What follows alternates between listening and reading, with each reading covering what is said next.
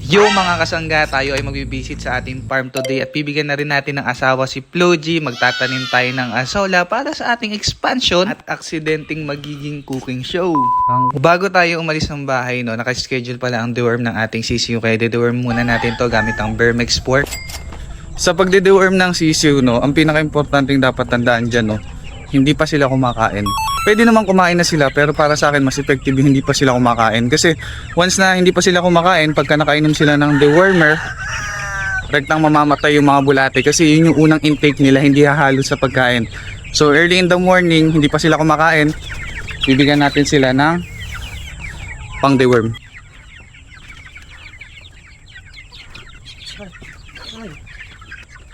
Grabe kayo. Pagkatapos niyan, dadalhin lang natin yung trapal pan natin kasi ito yung project natin today sa ating farm. Nag-prepare din ako ng box na gagamitin natin dahil lilipat natin sa farm yung ating breeder ng Shamo. Pagkatapos niya, no, tinalian lang natin ng mahigpit, no, kasi mahirap na, baka magliparan yan sa biyahe. After 1.5 hour, nakarating tayo sa farm at safe na safe ang ating mga alaga. Ito na yung update dun sa halaman. Ang bilis lumaki. Grabe, ang lalaki na, oh. Ito yung mga kamatis. Ang lalaki.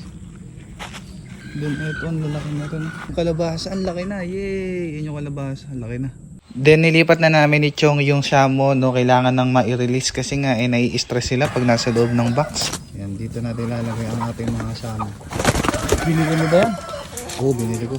Grabe, sobrang saya nga nitong si Floji kasi talagang 3 months na siya walang labing-labing. Kaya nga talagang tinulinan ko na para makapaglabing-labing na sila. At pagbalapag ko pa lang, niligawan na kaagad ni Floji. Hindi nga siya magkanda-ugaga, nababaliw siya. Di niya alam kung sino ang uunahin niya.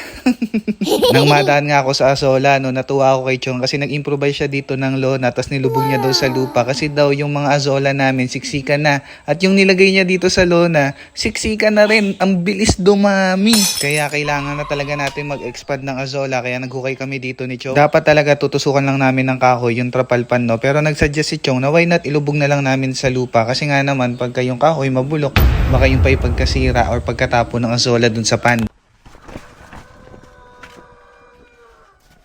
After ilang minutes ka na paghukay at maayos na namin yung pilapil sa gilid, no, nilapat na namin or nilatag na namin yung lona. Ito na yung naging itsura. Mas magandang idea ni Chong na lagyan na lang ng pilapil na lupang ganun kasi mas lumawak siya.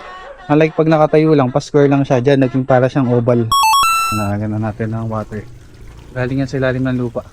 Bali ang magiging pad na natin, ayun, yung isa na yun, ito, then ito, lumalawak na. Siguro susunod yan, buong farm puro asolan. So ito na, nag-transfer na kami ng asola na pararamihin. Ayan. Sobrang pagmamadali ko dahil may dala tayo manok, di ako nakabili ulam. Luto lang tayo na ito. Oo, nakita ko nga, oo. Diyan na nagluluto. Mahulugan na. Ng motor? Yung... Bay! Malaki din. Basta.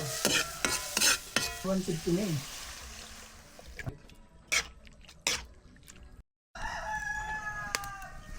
Naging cooking show.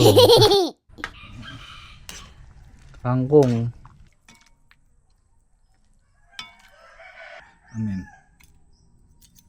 Kain. Samahan nyo ako, mangongolekta tayo ng itlog. Dito muna tayo sa mga Brahma. Meron dito dalawa. Inuupuan pa nga nito. Pasaway ka, pasaway. Bawal muna magbuntit.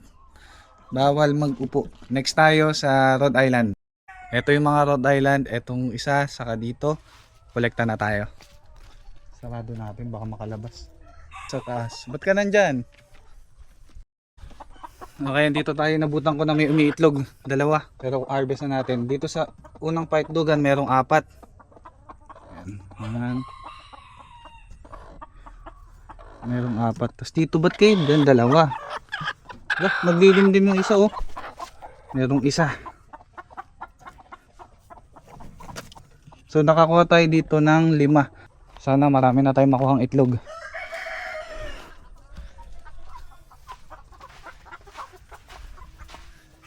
So, meron ditong isa. Isa pa lang ata. Sabi ni Chong 4 eh. Isa lang nakuha ko.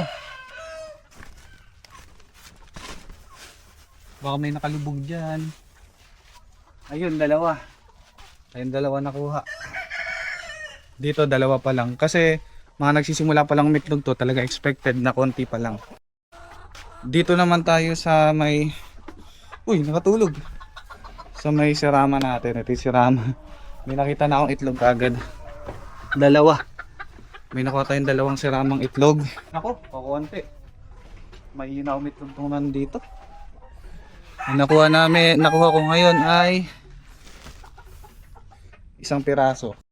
Next natin mga silky. Ilan kaya sa silky? Ang sabi ni Chong, 4 din daw dito everyday. So meron dalawa. Dito sa Paruwakan merong isa pero may umiitlog pa yun. Ayun siya umiitlog. Hinahalak pa ata sa init. So as of 12 noon no, ito may nakuha tayong 1, 2, 3, 4, 5, 6, 7, 8, 9, 10, 11, 12, 13, 14, 15, 16 na egg ang nakuha natin. Today ng 12, then baka mamaya madagdagan pa to. So ito yung mga egg natin, mamaya iuwi ko to. Kaya kailangan ma-arrange na natin ng maayos kasi nakamotor lang ako ngayon. Gawa ng laging traffic, ang hirap magsasakyan. Hindi ka talaga makakarating ng maaga. I-arrange natin. Kasi kung napapansin nyo, ayan merong maliliit, may malalaki. So, pagka nagpatong-patong, minsan nababasagan ako ng itlog. Kaya kailangan maayos siya.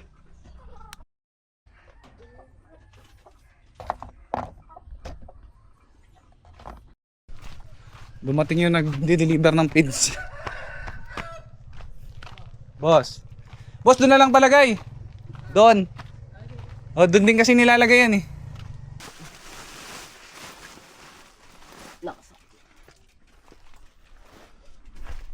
Kaya gamit natin feed, sari manok, chicken layer 1, pampaitlog.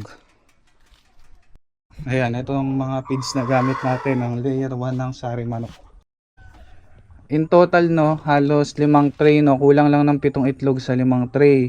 So hopefully mamaya makumpleto natin tong 5.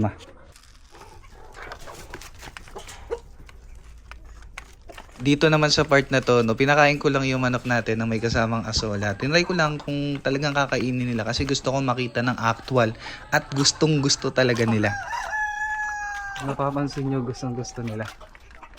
And